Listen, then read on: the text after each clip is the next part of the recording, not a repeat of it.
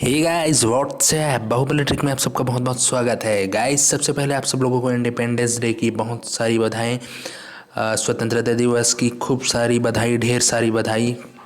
और दूसरी बात ये है कि मैंने कल बोला था कि मैं वीडियो अपलोड करूँगा पॉलीमर्स के ऊपर डेली जो प्रैक्टिस हम करते हैं, पर मैं नहीं कर पाया। उसके लिए मैं दिल से आप सब लोगों से माफ़ी मांगता हूँ।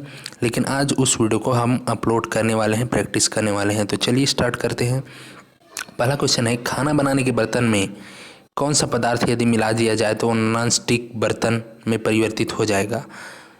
तो ऑप्शन ए है पीवीसी, पीटीएफई, पीएएन, पीएमएमए। तो बताइए गाइस, इसका आंसर हो जाएगा ऑप्शन बी पीटीएफई, जिसका पूरा नाम है पॉलीटेट्राफ्लोरोएथिलीन।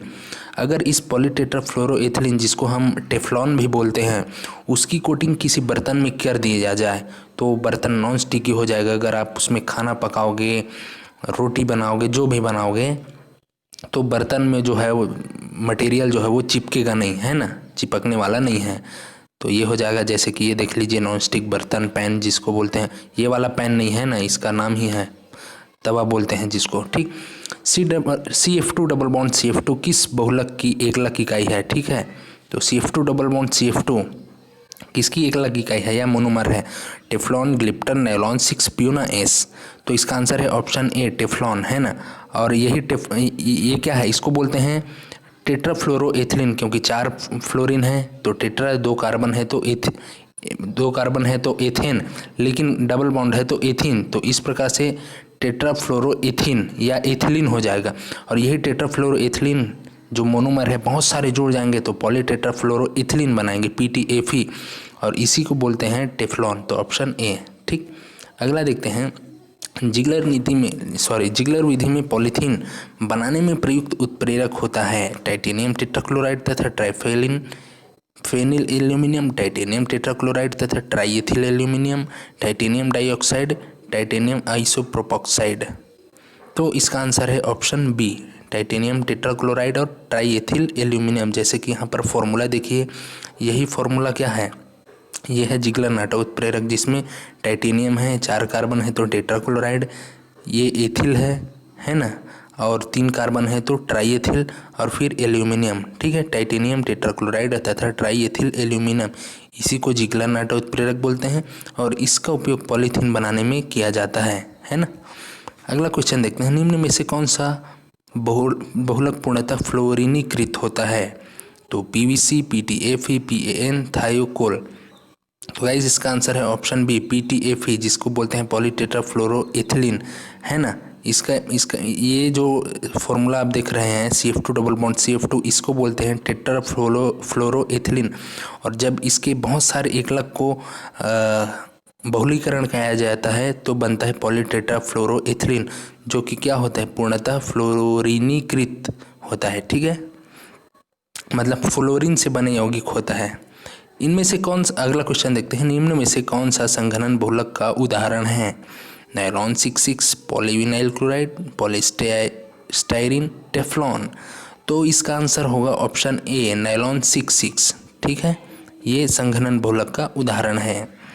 अगला देखते हैं, प्रोपाइलिन से पॉलीप्रोपाइलिन प्राप्त करने के लिए काम में आने वाले जिगलर नाटा उत्प्रेरक के घटक हैं ये TiCl3 प्लस ए। हाँ चलिए, ऑप्शन में नहीं बोलता। अगर आपने पिछला वाला क्वेश्चन याद हो गया बन गया होगा, समझ लिए होंगे, तो ये आपसे बन जाएगा। जिसको हमने क्या पढ़ा था जिगलर नाटा उत्प्रेरक में, टाइटेनियम टेट्राक्लोराइड और ट्राईएथिल एल्यूमिनियम। तो देखिए वो कहाँ पर है, तो ये है ऑप्शन बी पर, ठीक है। टाइटेनियम टेट्राक्लोराइड और ट्राईएथिल एल्यूमिनियम, है ना, जो पॉलीथीन बनाने के लिए उपयोग किया जाता है, ठीक है। पॉलीप्रोपाइलिन ही क्या है, पॉलीएथिलीन है या पॉलीथीन है ना। अगला देखते हैं, बहुलीकरण जिसमें 2 या 2 से अधिक रासायनिक रूप से भिन्न एकलक भाग लेते हैं कहलाता है, भिन्न एकलक बोल रहा है ना। तो वो योगात्मक सहबहुलीकरण, श्रृंखला बहुलीकरण, समांगी बहुलीकरण। तो इसका आंसर हो जाएगा ऑप्शन बी सहबहुलीकरण, ठीक है। जब रासायनिक रूप से भिन्न एकलक भाग लेते हैं, और जब एक समान या समान बहुलक एकलक भाग लेते हैं तो उसको समबहुलक बोलते हैं, ठीक है। फिलहाल इसका आंसर होगा सहबहुलक, क्योंकि ये रासायनिक रूप से भिन्न है ना। पीवीसी एकलक का नाम है, पहले तो पीवीसी का फुल फॉर्म जान लीजिए, पॉलीविनाइल क्लोराइड, ठीक है। और इसके एकलक का नाम बताना है तो उसको बोलेंगे हम विनाइल क्लोराइड, है ना। एकलक का नाम हो जाएगा विनाइल क्लोराइड, और विनाइल क्लोराइड तो ऑप्शन में नहीं है, तो क्या करेंगे चलिए देखते हैं। एथिलीन, टेट्राफ्लोरोएथीन, क्लोरोएथीन, इनमें से कोई नहीं। तो देखिए इसको समझने से पहले ही हम बना लेते हैं CH2 डबल बॉन्ड CH और Cl, इसको क्या बोलते हैं, इसको बोलते हैं विनाइल क्लोराइड, ठीक है। और जब इसके बहुत सारे अणु मिल जाएंगे तो बनेंगे पॉलीविनाइल क्लोराइड या PVC। लेकिन इसका रासायनिक नाम भी है, क्या है, क्लोरीन है तो क्लोरो, ठीक है। मेथेन, एथेन, 2 कार्बन है तो एथेन, लेकिन डबल बॉन्ड है तो एथीन, ठीक है। तो इस तरीके से इसका नाम क्या हो जाएगा, क्लोरोएथीन, ठीक है। तो ऑप्शन सी इसका सही आंसर हो जाएगा। अगला क्वेश्चन देखते हैं। पॉलीमर है मैक्रो अणु, माइक्रो अणु, सब माइक्रो अणु, इनमें से कोई नहीं। तो गाइस पॉलीमर जो है वो 10-5 मोनोमर के मिलने से नहीं बनता, ठीक है। वो बहुत सारे लाखों, करोड़ों, हजारों जब मोनोमर मिलते हैं तब पॉलीमर का निर्माण होता है। और ये क्या होते हैं, मैक्रो अणु होते हैं, वृहद अणु होते हैं, ठीक है, बहुत बड़े। तो इसलिए ऑप्शन ए मैक्रो अणु, है ना।